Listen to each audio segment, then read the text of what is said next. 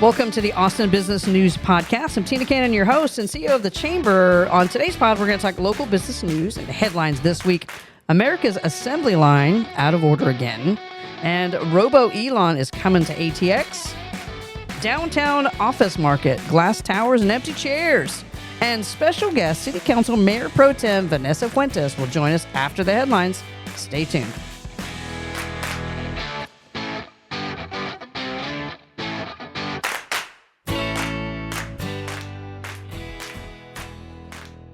Hey, crew. Happy Pride. Happy Pride. Happy Pride. Hi there. Woo. Happy Pride! We got a whole month. Colton's got his Pride socks on, I just I noticed. do. Look at them. They're so cute. They're the That special is Queer cute. Joy edition. I forget what they're called. Is that Pride wow. But socks? they say something about drag queens on the front. Love. It's Aw. real cute. I It's got a little awesome. crown. The ones I had on yesterday were from Little Gay Shop. They said hot homo. Love. And they were hot pink.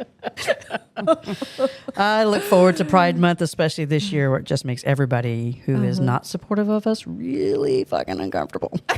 Yes, I love that little meme that's been floating around. I put it up yesterday.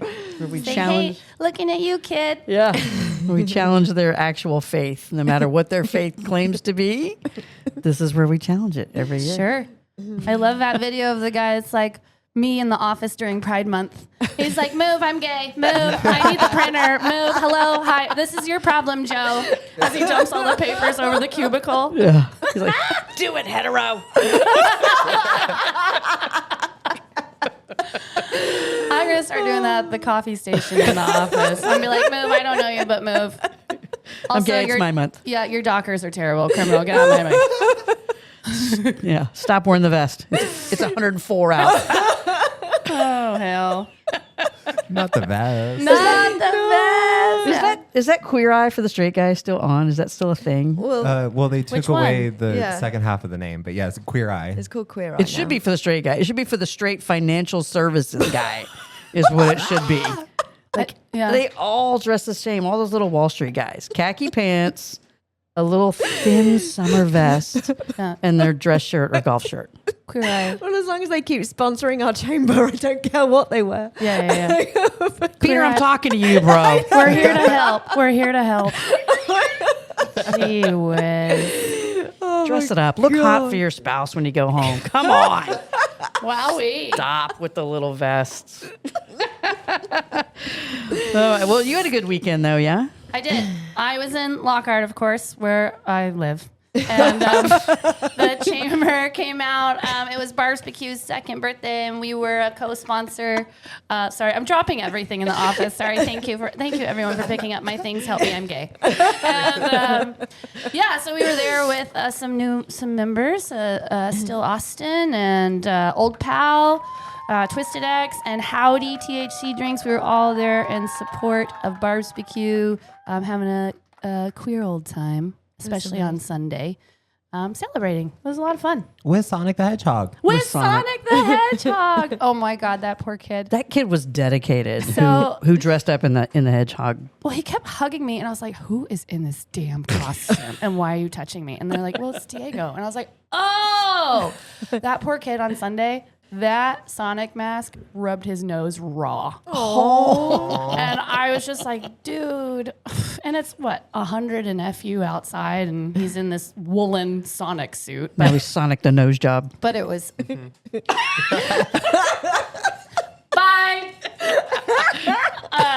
No, it was a lot of fun. We were dancing, and I was slinging some drinks and the Lockhart lemonades, courtesy of Old Pal and Still Austin.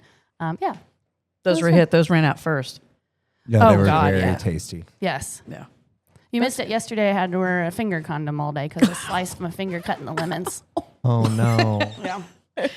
You hear that, lady? She's out for a week. It's okay. I'm right-handed. I watched the softball World Series, which I haven't done in a very long time. Yeah. And it was enjoyable. Texas, UT is in it. Texas Tech, my wife's alma mater, is in it. Of course, mine is not. But I will say, can we stop with the chanting in the frickin' dugouts. And the No. little clappy No. things that they do. It's so screechy. It's part of the culture.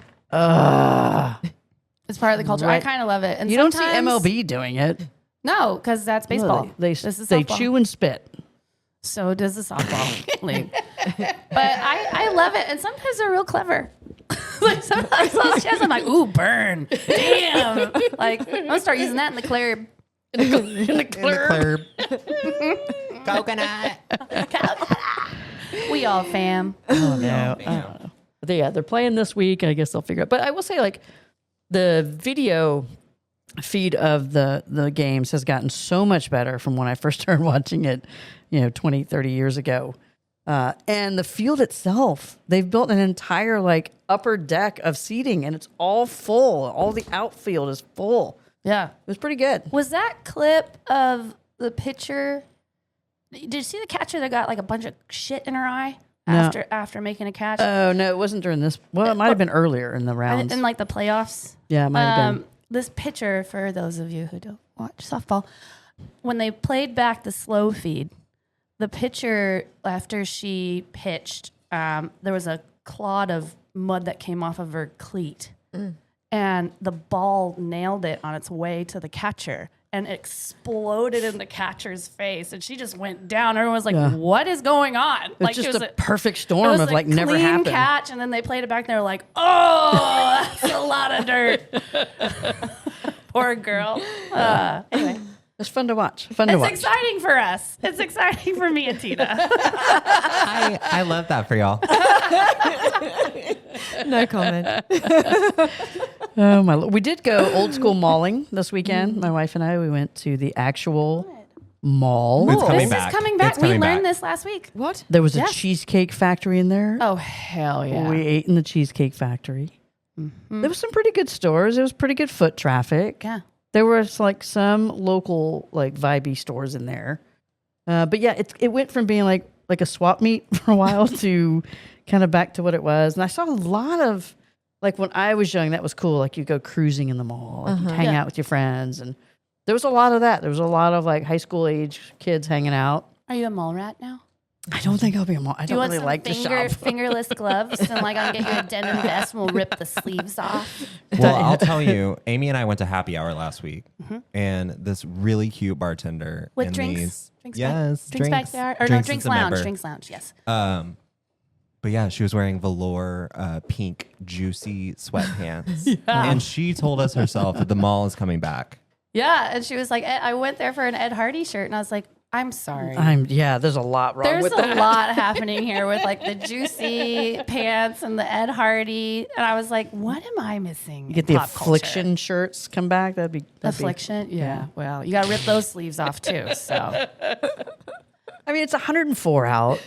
I get it. I get That's like, what I was going to say. Is Yeah. it because the AC, right? yeah, and I mean they had a cute little farmers market there on Saturdays, so you could do a little bit of both worlds. Support some of your local organic farmers, and then go buy your stuff that's made everywhere else. what did y'all do? You had a birthday celebration. 2 birthday celebrations. I did. I celebrated barbecue, and then the next day I celebrated my mom's birthday Aw. with more barbecue. Happy Great. birthday, That's Michelle. great, yeah. Happy She birthday, got Mom. like 2 hand claps. What happened there? There they go. It's all the guests we have in the studio today. They weren't ready. They weren't paying attention. They fell asleep. We were talking about sports. Yeah, fine. What about you, Fiona? shopping. So I went to a birthday pool party as well. I got some more tattoo done. Nice. And then I was really, nerdy and boring, I suppose. I bored myself. Oh, jeez. No, actually, I should uplift this. It's very exciting. I'm giving a speaking engagement this week on the intersection between being LGBTQ plus, veterans and military concerns, and living with a disability. Okay. Yeah. So it's heavy stuff. And so I'm already like, I love giving speaking engagements, but I start to get anxious like 3 days beforehand. Just a big Yeah. gray cloud coming in on that one. I know. Wowie. Anyway, I need the business, so there you go. So like make myself do these I mean, engagements. you've done these I've forever, done it though, a yeah? million times. You should And have there's- Lana Del Rey come out and sing some songs. to keep That'd be the vibe great. going. That'd be great. Thanks. Like, no, I might play some music at the beginning. There you go. Just have a cocktail. You'll be fine. It's like, why do I do That's this? the thing, though. You've done so many of these on-stage engagements. Yes. You probably get a little nervous, but then Yes. when you're on stage, it's great. It's great. Yeah, Yeah. that's where your comfort zone is. Yep. It was great. I'm just looking forward to doing it and getting it done. Get it Nice done. one. That'd be great. Let's take a look at some local headlines. America's assembly line is out of order again.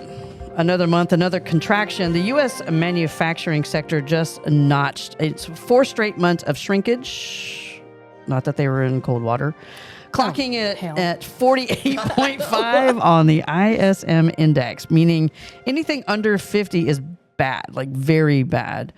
This isn't a blip, it's a trend, one that says that we build less stuff now, and when we do, it takes us longer and costs us more, and nobody seems to be really thrilled about it. Enter the usual suspects: tariff, geopolitical instability, and supply chains that move slower than your drunk uncle trying to Venmo someone. In a healthy dose of election year economic anxiety, and boom, welcome to America's industrial diet plan. So here's where it gets real for Austin. Our skyline, of course, screams tech utopia. The Austin metro area is also home to a booming advanced manufacturing scene. Think Tesla Gigafactory, Samsung Megachip Plant, AMD, and so many more, the growing army of aerospace and semiconductor suppliers. These aren't your grandpa's like wrench-turning plants. It's the digital spine of U.S. innovation. So what happens when national numbers nosedive? Local suppliers get squeezed. Delays, deliveries ripple through the supply chain faster than a new tariff announcement. Capital slows. Jobs that were, quote, coming soon are not. And don't forget the regional ripple effects. Fewer contracts mean fewer dollars flowing through local logistics, fabrication, and even, yes, your local coffee shop. Bottom line, when national manufacturing freezes, Austin economy catches a cold, especially in East Austin and out toward Taylor, where factories just aren't job creators, they are economic anchors. If feds don't stop playing trade war roulette, we're looking at a slowdown that not even South by Southwest Austin optimism can hustle out. So we're producing less, taking longer, and spending more to do it. Austin's manufacturing edge, still sharp, but looking a little dull around the policy corners. So what are we doing at the mall? Oh, no. Yeah. Yeah. Ain't great. Yeah, the 4.8 on that scale is usually when the market kind of goes, oh, shit. Right? Because manufacturing is a long game of supply chain and forecasting. And so to hit 48.5 on the ISM GTS, like that's a really scary number. Why is this happening again? Tariffs, geopolitical instability, supply chains. This has been like a slow build. Yeah. Enter tariffs. Slow build for like the But- last 120 days, but yeah. Yeah. I would say that, like, within the last year, because we were hearing chatter with our big hitters in semiconductor manufacturing out here that it was like, man, it's just, things are getting weird across the pond. Yeah, because like it's difficult whether you're selling Sonic the Hedgehog keychains at Love. Barbecue or if you are selling advanced microchips made at AMD or Samsung to be able, right? So if you're in the chip business, you should be gearing up, pardon the pun, for the holiday buying season, right? Where everybody gets a new something or some new electronic something that has a chip in it somewhere somehow. How do you decide? Do you gear up? Do you slow down? Do you pay the tariff? Do you raise the cost? Is it going to change his mind next week? Like, who knows? Who knows? So the like production is kind of slowed down a bit. It's weird. Yeah. That's not something you want for gross domestic product at all. Well, especially since we have like an anchor here in Austin for that. What are some of the other big cities that we know of that have semiconductor manufacturing? In the U.S.? Yeah. Biggest ones. There's a group out in North Carolina, Scottsdale, or Arizona has a few, but Austin's kind of the silicon hub. Yeah. I mean, the joke is right where there's Silicon Valley out in L.A. and kind of Menlo Park and San Jose, and then there's Silicon Hills, which is us. Right. I love that. I never heard that before. Silicon Hills. That's a double entendre. Real Housewives of Silicon Hill. Come on now. Come on now. Andy Cohen. Of course, we take it there. I think we already went there early in the pod. Yes. Keep it going. Keep it going. Oh my goodness. Tesla's robo-taxi. Austin gets Elon'd. So, yeah, here we are, the home of breakfast tacos and crypto bros, green spaces, and now robo-chauffeurs, courtesy of Elon Musk.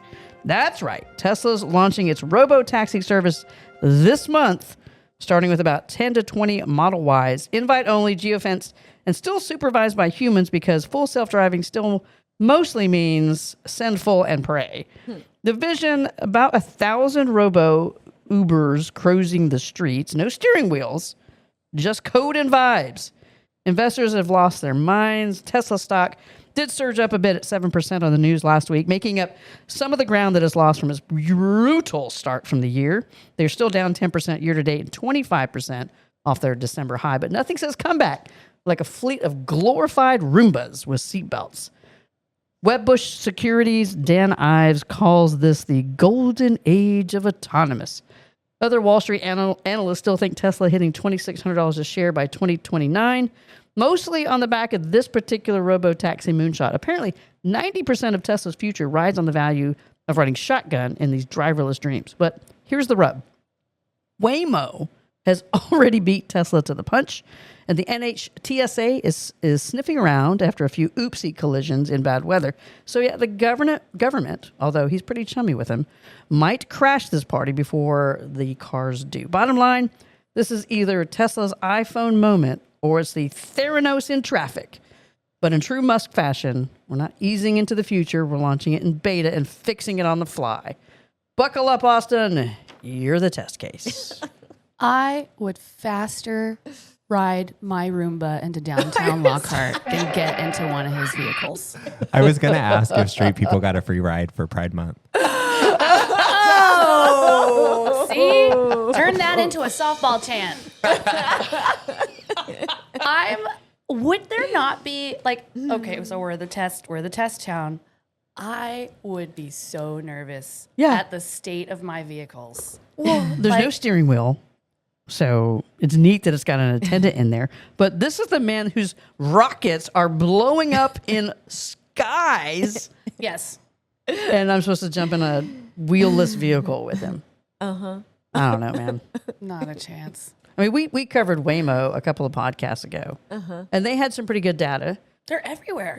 They're struggling when it gets like really torrential downpour. I think the cameras aren't doing a great job during those times. Yeah. But for the most part, we covered it a while back that their accident rating is actually less than or better, if you will, than a human driver. Oh, that's great. That's what happens when you ride the brake. But they must have increased their fleet because there's a lot of them. There's so many. I did see one the other day. There was a police officer coming up behind us. Everyone was stuck at the light waiting for it to change. And the Waymo was in the front, and he did just move over, got out of the way. Yeah, they're pretty fascinating. I see about 6 going to work, and I'm like a mile and a half. Have you been away. in one yet? No. Okay. No, I got no desire to. I don't love the no steering wheel option. Yeah. I think I have a little bit of trauma from watching The Bone Collector. When the taxi driver removed this is when he had the push knob right for the door. No jokes, David. Because I said no. And he removed that so he would lock his passengers inside. Oh. And there was no way to get out because he couldn't find the pull knob. So when something's completely automated like that and then you can't even control where it's going, like an override button, there's an emergency shut off at the gas station, for God's sakes. There should always be a way to pull the chute and the top comes up and you, I don't know. I just feel like there should be some kind of SOS. Pull the lever. SOS button on the ceiling where it's help, I'm locked in your damn car. Or your car can't figure out how to turn. Yeah, or I have veered into oncoming traffic and I'm fixing to die. Yeah. But to the camera point, and you have a Toyota. Yeah. When it's torrential downpour, my what is it? ABS, the not anti-braking, but the Collision, the collision. The collision, like the camera gets so fuzzy and the sensor gets so fuzzy that it turns that system off. And I don't know if you've seen that yet. I haven't noticed. So But I next drive time- all of like Yeah, 4 and you miles also- a day. Yeah, and you also don't drive like in torrential downpour. You are one of those that puts your flashers on, aren't you? I just stay home. Like, we can see you. You have taillights. You don't need to, like, flash me the whole way down the highway. It drives me insane. Check the weather. If it looks like rain, I'm working from home. I just don't love it. I don't love anything automated. I don't know. Maybe they have like hammers and you can just break the glass. Break the glass? Yeah, maybe. Like just get an old fashioned hammer to it. Or like get in every time you get into one of these driverless cars, just take a hammer with you. Yeah. Just in case you need to smash your way out of the Yeah. I wonder if it has, like, a fold-down tray. Like, are we gonna get there? Like, please put your trays in the up and locked position as you're like entering into the airport if you're doing a little work on the way in. I mean, it makes sense. You know Trust what? him. You know what? If they could pick up Uber Eats and then pick me up and I get to eat on my way home from the bar, I would order one. Have your Whataburger ready. Like, go to Whataburger, get me some Whataburger, come pick me up from Rain, and then take me home. I love that. Amazing. I think there are humans that would do that for you, Colton. But this is like so. Like, this is the I have problem. to talk to him. Here in the city, you get dropped off at the curb, right? So if you had to go to a business park, does it still drop you at the curb? Like, is this ever going to work in suburbs? Where, like, if your business is 5, 6, 7 doors into a business park, does it pull into the parking lot and actually drop you at the door? Or Yeah, I was in a class the other day, that Leadership Austin class, and one of the attendees rode one of the Waymos. And that office is a little weird. It's kind of offset on Shoal Creek. It's like one of those, like, you just got to know where it is, even though there's a physical address. The maps don't really have it. So it dropped her off at the bottom of the hill oh, geez. on that weird little spot, 105 degrees out. Oh, so, perfect. yeah, bless her heart. She walks in and she's just dripping wet. And we're like, you okay? She's like, yeah, the Waymo didn't understand. And you can't tell it. No. Right. Like, go up the hill a quarter mile and take me all the way there. Yeah, that's a Yeah. problem. Yeah, because there's nobody to talk to. I feel like it's a simple interface where it just are we in the right location? Yes. You hit a button on your way out, or no, and you drop a pin. Just give me the drone thing on the backpack, the little That's rocket what man. I'm saying, and the gondola. Give me a park and ride gondola. How fun! Commissioner Bridget Shea, are you listening? Because I know you and I were all about the gondolas back in the day when everybody thought we were nuts.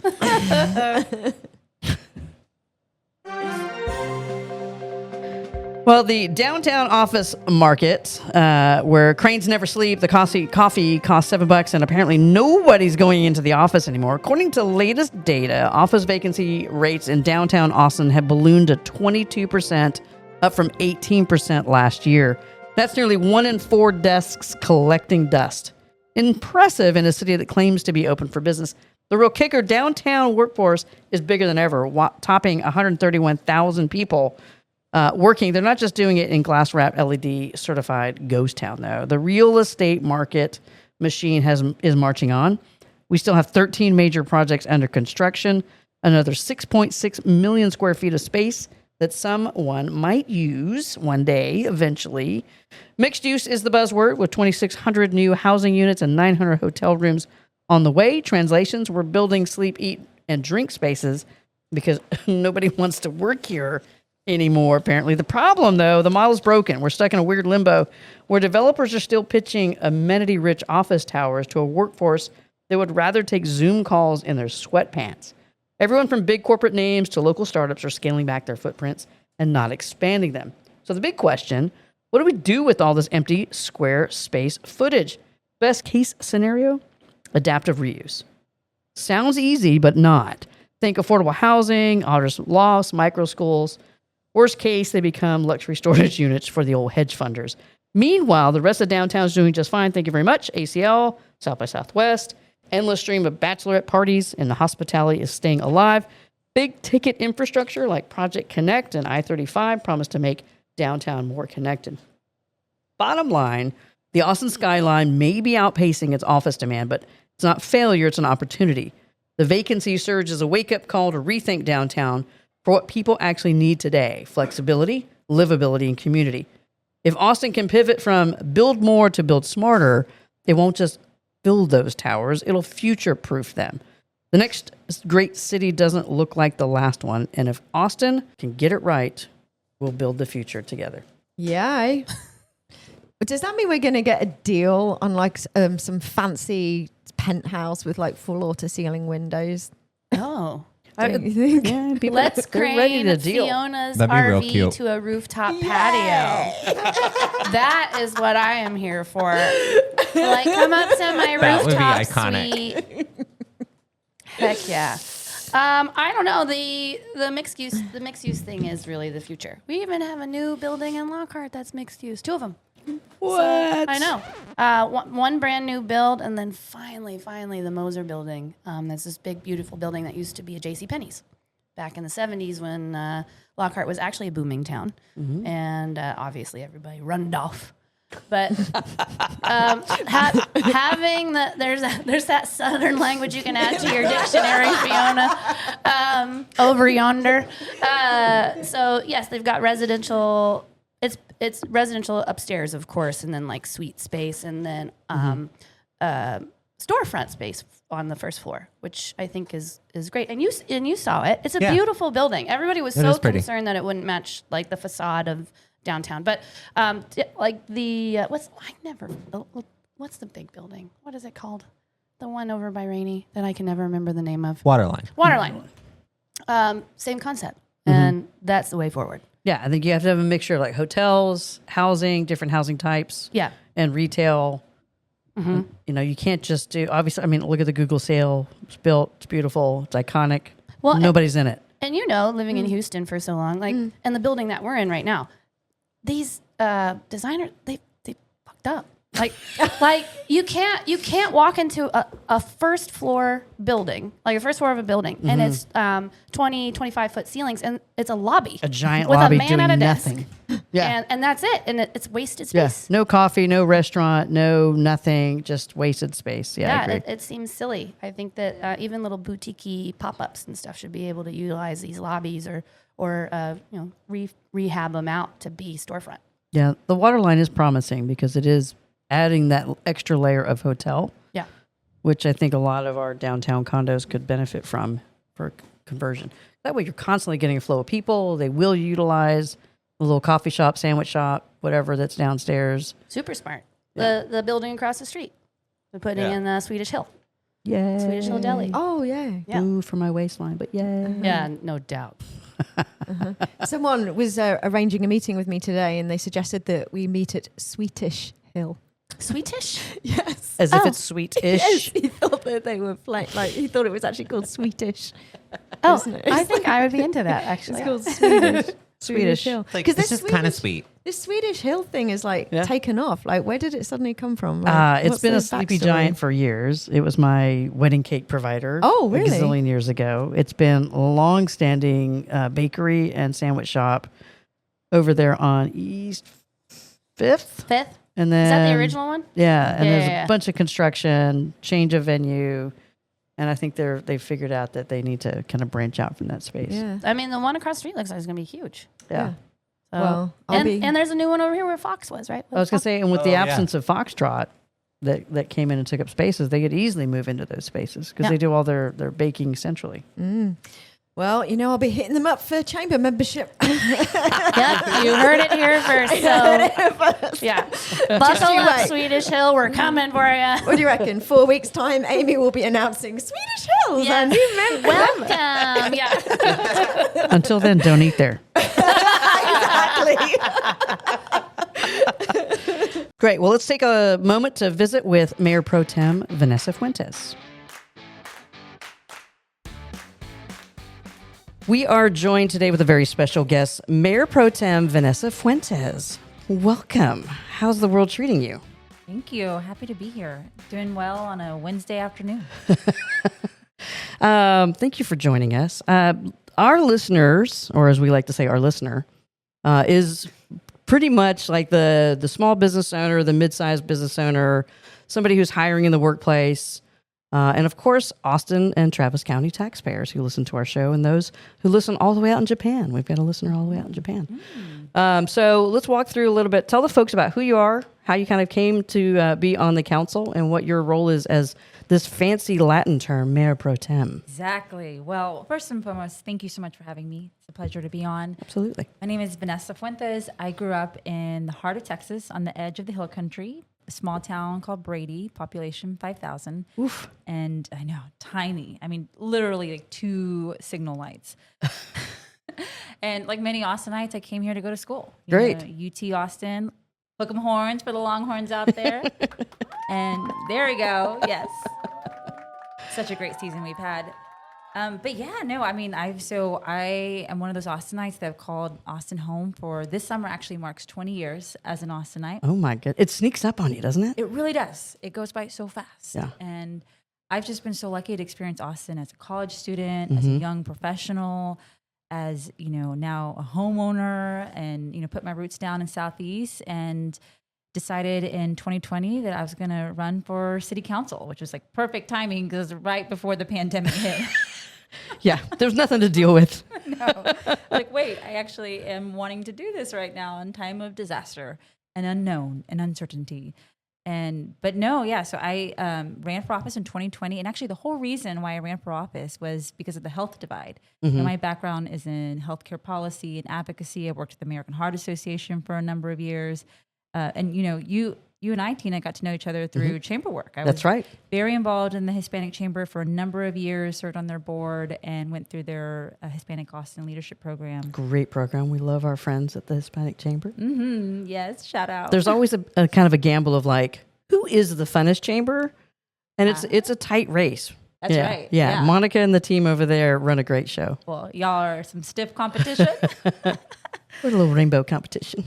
Yeah, so I've been on council now for 4 years, and I just got reelected. And this year, during the swearing in, I had the honor to get elected by my colleagues as Mayor Pro Tem, which is basically like a vice mayor. So when Mayor Watson's not available, I sub in and lead us on the dais. It also means a lot more invites around town. Yeah. The schedule is definitely a lot more packed. But no, it's been great to kind of get to know more neighborhoods across Austin. Yeah. So it takes great courage to run. So thank you for that. And then it takes an immense amount of time to serve. And so I'm always grateful for those who have the courage to step up and put their name out there and then put their time and their heart out there. And I've watched you grow in this role over the years, and it's been a spectacular journey. Is it what you thought it would be, or has something about it kind of surprised you? And if not, it's cool too. Look, I'm not going to lie. It is a lot of work. Yeah. It is nonstop, relentless. I mean, I think about, I took office in 21, and within 6 weeks we had Winter Storm Uri. So it was like all of the things, pandemic, and then ice storm, and then, we had multiple citywide boil water notices, and then we let go of our city manager in the midst of all that. I mean, it was just pure turmoil the first few years. But honestly, what I like most about my tenure on council is that I got a couple of years with the OGs, the original 10-1 council members, and then got to usher in kind of a new era in local politics. I remember, so for the listener who was out there who was like, what is Austin City Council? So it is broken out in geographic districts. So there are 10 geographic districts. You serve, what's your area? So I'm District 2. If you ever follow me on social media and you see me with a lot of peace signs, no, that is for District 2. That's why I'm always doing the peace sign here. So Southeast is really far South Austin, where the airport's located, Circuit of the Americas. The neighborhoods are Del Valley, Dove Springs, Pleasant Hill. It's a growing area of Austin. We have a lot of new growth with Easton Park and Goodnight Ranch. With Easton Park, we're going to have 12,000 new homes built, and with Goodnight Ranch, 6,000, 12,000 with Easton Park. And so 18,000 households, families, all right there in the southeast quadrant. So it's rapidly growing. Absolutely. I moved here in 92, and the council back then used to be all at large. And I know I was part of the activist group that worked to get 10-1 what it is today. That's right. Because I remember when I moved here that there were certain areas of town that were just ignored. And your district was definitely one of those, along with some of the sections in District 4 that have just for tens of years looked the exact same because nobody was paying attention. And so I'm a big fan of district-wide representation, but you also always look at the city holistically, right? You can't just hone in on your district, but it's nice to be able to lend some support about, right, what are stormwater needs? What are some of the boring, wonky things that those areas of our communities need, where there are food deserts or childcare deserts, and so to have a voice to be able to speak to that, I think one of the best things that the city has done is provide that 10-1 council. I think so too. I mean, really just not only from bringing attention and resources to the underserved areas or the overlooked areas, but really just getting us the representation that we deserve for a city of our size, of our caliber, and of our vibe. It's been great to get kind of council members of all different ages, of all different backgrounds, and of all different, perspectives. Exactly. So one of the big things coming up for the council is the dreaded budget. So the city of Austin budget is pretty large, and it has grown as the city has grown, right? Some of the basic core services that you would expect a city to provide, but it's a big pie of everything from parks to infrastructure, to roadways, multimodal, all the things that we do, along with public safety being a major part of that. So how do you kind of walk through your budget process? Yeah, well, every budget year is completely different from the previous. So it's one of those you kind of have to wing it as you go in terms of how to approach it. But there are some fundamentals in policy making. Now, this will be my third city manager. This is my fifth. I know. So each city manager also has their own. I mean, they really kind of set the table. Right. And I think that's important for listeners to realize that the city manager's job is to actually build the budget. And then as council, you take a look and make that final approval or tweaks to the budget to make sure it aligns with the broader responsibilities of the council. But it starts at the city manager's office. So they are right now in there with pencils and erasers. Here it is, June, and they'll present their budget to y'all, August-ish? It'll be July 15th. Okay. Is when we get the city manager's base budget proposal. And, kind of behind the scenes look of all this is that a lot of the internal advocacy and organizing happens months ago. So really, early spring, late winter, we're already meeting with budget staff. We're reminding budget staff the policies that we pass, and we're trying to do what we can to get it baked into the manager's budget proposal, because that is kind of hurdle number one. One year I was able to get one of my priorities baked into the manager's budget, and that was a huge win, because once it's baked in, then you're pretty solid on it. Yeah. Now, this is my fifth budget proposal to go through, but this is the first one where we are dealing with such a significant deficit. I think the CFO came out, I think it was a couple of weeks ago, and mentioned a $33 million budget shortfall. That's right. A large part of that having to do with both sales tax revenues being down, as well as property values have gone down a bit, which is a little unusual for our city. So they have notched down a bit. Vacancies are up. I know we've talked on this podcast about the Austin real estate market, both the rental market and the buyer market as well. So definitely lower revenues to begin with. And so now the hard work comes for y'all of having to decide which kid is your favorite. Exactly. It's going to be so hard.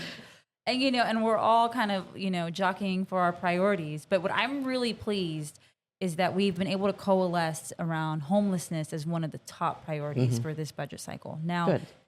But I just, yesterday I was at an event, and it was with some folks from San Antonio, and they shared with us the budget shortfall that they're dealing with. Oh. So just to give us Austinites some perspective, San Antonians will have around a $31 million budget deficit for their next budget cycle. Wow. And over $100 million by 2027. Goodness. And a lot of it driven by low sales tax revenue. City of Dallas has around an $8 to $10 million budget deficit, largely driven by property tax revenue.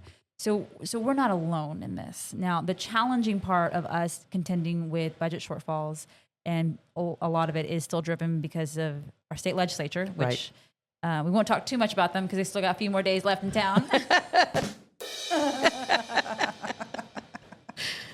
But, it's going to be, it's not, so we're not in it alone. And, but what makes this year so challenging is the federal funding cuts. Yeah. The chaos at the federal level. We really are feeling the impacts of that. And so that's going to be a whole new layer that we're going to have to oversee to understand how are the federal funding cuts affecting our city services and how we deliver our programs and services to Austinites, and then figure out how much and to what extent can we cover. I think there was about, I forget the exact number, but I want to say it was like 9 or 12 million just to like the health and human services side of the equation that department is looking at a shortfall.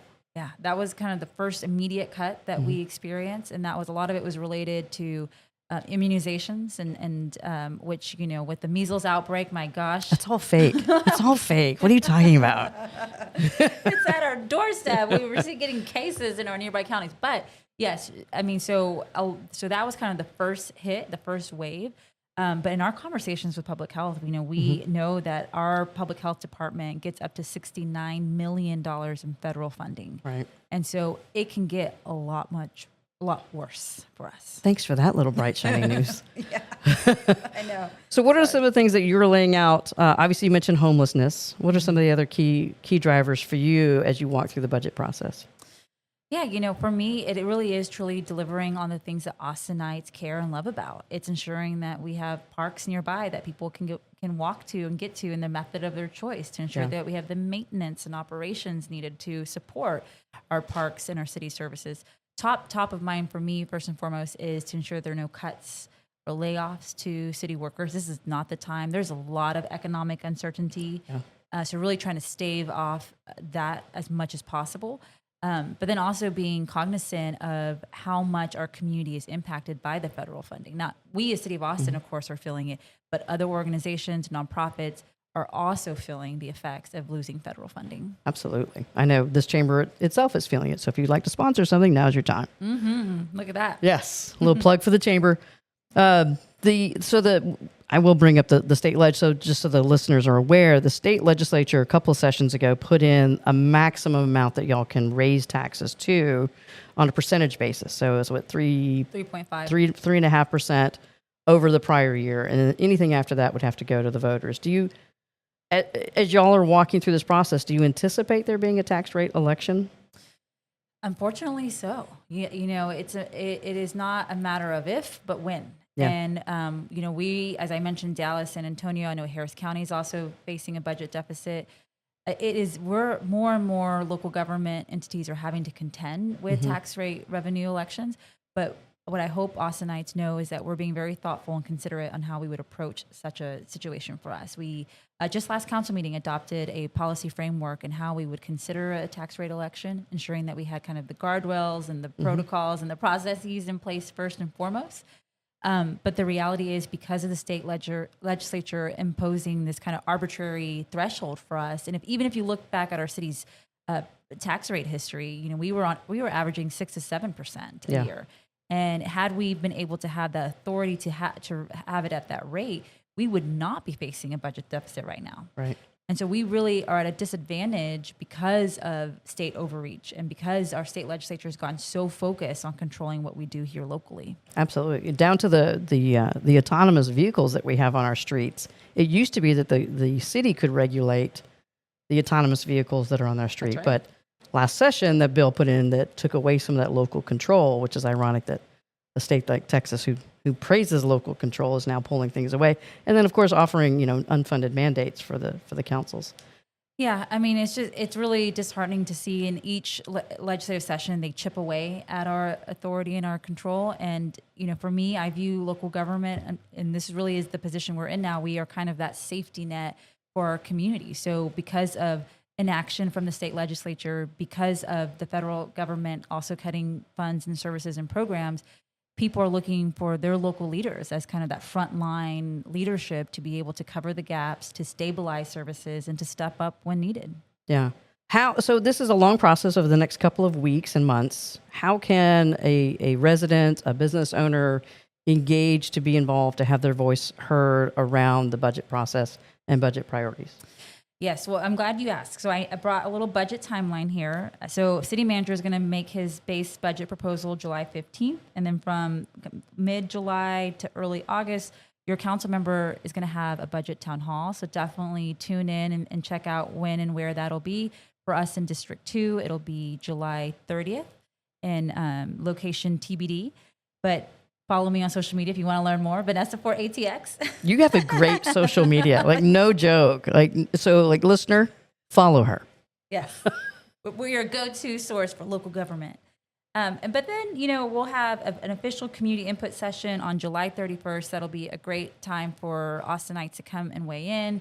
If you have the opportunity to go to City Hall, you can testify, but you can also email, call, or, tag us on social media. And then budget adoption is scheduled for August 13th. Okay. And the budget itself is really around just kind of the normal operations of a city.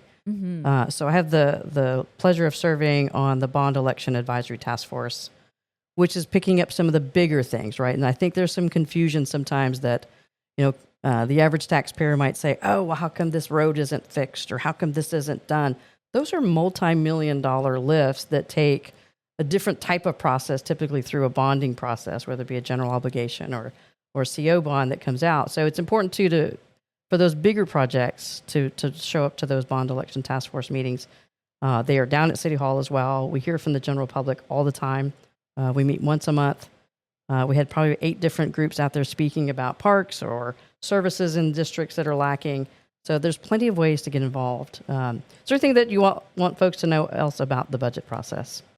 Just what you mentioned, there are multiple opportunities to engage, especially with the Bond Advisory Task Force. I mean, that group is making recommendations to address the needs of our city for the next 6 years. I mean, really important work taking place there. And we know that our capital improvement budget is significant, and we're talking $1 billion worth of needs throughout our city. So we know. I know it's a lot. And so we know we can't do it alone. So certainly we got to partner with folks, but what we need to hear from Austinites, what we need to hear from our community is what should we be prioritizing? What rises to the top of the list and where can we make the most impact? And certainly that'll be my focus going into the budget process and with the bond package recommendation. It's a big lift. We're glad that you're here to do it. Thank you so much for your time. Where can folks find you elsewhere? How can they get a hold of you? Well, follow me on social media, Vanessa for ATX. Great. Thanks a lot. All right, let's jump into our fun facts with Fiona. Yay! Okay, so it is Pride Month, so we had to go with the flag. Here is a fun fact. Did you know that the original rainbow Pride flag had 8 colors, not 6, and each stripe had its own symbolic meaning? It was designed by artist and activist Gilbert Baker in 1978 at the urging of Harvey Milk. And the flag was meant to be a symbol of hope, liberation, and pride for the LGBTQ plus community. So this is each color, okay? I don't know if you want to guess or not, but hot pink. What do you think hot pink was? Well, if it was anything like my hot homo socks, I would say meat. So hot pink symbolizes sex. Okay. And then red is life, orange healing, yellow sunlight, green nature, turquoise magic and art, indigo serenity, and violet is spirit. So the flag flew for the first time in San Francisco. But due to fabric shortages, hot pink was quickly dropped. Oh, come on, Joanne. Was there like a rush at Joanne? Yeah, what was happening? Who knows? And then later, turquoise and indigo were replaced by royal blue, resulting in 6 colors. So did you know that it used to be 8 colors, not 6? Did you know it was 6? I Impressive. did know I the did know it was history. 6. Yep. But I didn't know it used to be 8. Well, yeah, it used to be 8. And contrary to popular myth, it's not true that it was based on Judy Garland's Over the Rainbow song. That's apparently a myth. Oh. But we No. do love her. I didn't know that was a theory. No, apparently that was a theory floating out there. And while Garland is undeniably a gay icon, Baker said his inspiration came more from the hippie movement and the Rolling Stones song "She's a Rainbow." Ah, I kind of love that. That's a good one, yeah. Yeah. There you go. Also, free flags everywhere. You can get a free flag from multiple organizations. Yes. For Pride Month. So Yeah. if you're a business owner and you want to fly a flag, go. What's a Fly your There's one local. fly that your used to be queer ass over flag. Anyway, and are they the progressive rainbow flags now? I think you have a I think choice. they have both. Yes. I think you can get the lesbian flag. You can get You can even get the ally flag. Bisexual. What's that? Yeah. Bisexual flag. Yeah, And yeah, they you have can get all all the of them, flags. all of them. Oh, one of my neighbors just put up the ally flag, which I was like, oh, What is the ally you flag? don't. It's like inverted with the 6 rainbow colors with black and white alternating. Oh, that's cool. Yeah, so it just that and new? it's in a like a upside down, like a pyramid. So like I guess an A for ally is what I Yeah. would imagine. I think But- our listener needs to get one of those. Yeah, cool. It's like they put up a little garden flag. Love it. That's cute. That is wonderful. Thank you for There you that fun You're fact. very welcome. Walk us through some new membership news and updates. What do you got for us? Well, we have 3 new members. Woo! Wowie. Emancipate, welcome to the chamber. Welcome. Yes. Austin DBT Associates in Therapy. Yay. Welcome. Welcome. Hi, Hannah. And the Hedge School Cooperative. They're so cute. They are so super cute. It's like a inclusive, secular, it's a micro school and homeschooling network. In Dripping Springs, In by the way. Dripping Springs. And they are the hedgehogs, and I think it's so cute. Yes. Oh my God. Can we bring Sonic to go see Oh them? my God, I didn't even think. Yes, field trip for Hedge know. School Co-op down to Lockhart to meet Sonic at Barbecue. Let's Sorry, go. Diego. Put a Band-Aid on your nose. Yes.